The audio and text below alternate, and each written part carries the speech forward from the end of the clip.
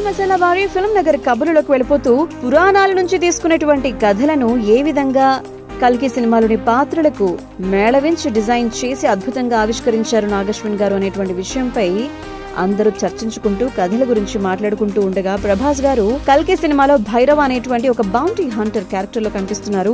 ఈ పాత్రను కూడా పురాణాల నుంచి తీసుకుని డిజైన్ చేస్తున్నట్టుగా తెలుస్తోంది. భైరవుడు అంటే శివుడి అంశ. ఆయన ఆవిర్భావం కూడా విచిత్రంగా ఉంటుంది. పరమశివుడికి 5 ముఖాలుంటాయి. బ్రహ్మదేవుడికి కూడా ఒకప్పుడు 5 ముఖాలుండేవి. శివుడి మాదిరిగానే తనకు కూడా 5 తలలున్నాయని చెప్పి తాను కూడా పరబ్రహ్మ సమానమని చెప్పి ఎవరిని లెక్క చేయకుండా గర్వం తలకెక్కి అహంకరించేసరికి ఒక నిండు సభలో పరమశివుడిని తన కాళ్లకు నమస్కారం చేయమని చెప్పి అడగటంతో శివుడి అంశ నుంచి అప్పుడు పుట్టినటువంటి భైరవుడు బ్రహ్మ యొక్క 5వ తలను తన చేతి వేళ్లతో గిల్లేస్తాడు. అలా గిల్లేసినటువంటి తల భైరవుడి చేతికి అంటుకుంటుంది. దాన్ని వదిలించుకునేందుకు లోకాలన్నీ తిరిగినా కూడా సాధ్యం కాదు. చివరికి శ్రీ మహావిష్ణువు యొక్క సూచన మేరకు కాశీకి రాగానే చేతికి అంటుకున్నటువంటి ఆ తల కిందకు పడిపోయి ముక్కలైపోతుందట. వెంటనే ప్రత్యక్షమైనటువంటి కాశీ విశ్వనాథుడు భైరవుడిని ఆ క్షేత్రానికి పాలకుడిగా చేస్తాడు. ఇప్పటి వరకు రిలీజ్ అయినటువంటి ప్రమోషనల్ వీడియోస్ అన్ని చూస్తే గనక యానిమేషన్ సిరీస్ చూసినా కూడా భైరవకు కాశీ అణువు తెలుసు అని చెప్పి అక్కడ ఉన్నటువంటి అందరికీ కూడా భైరవుడితో పరిచయం ఉన్నట్టుగానే Bhairava and Bujji animation series లో కూడా చూపించడం జరిగింది.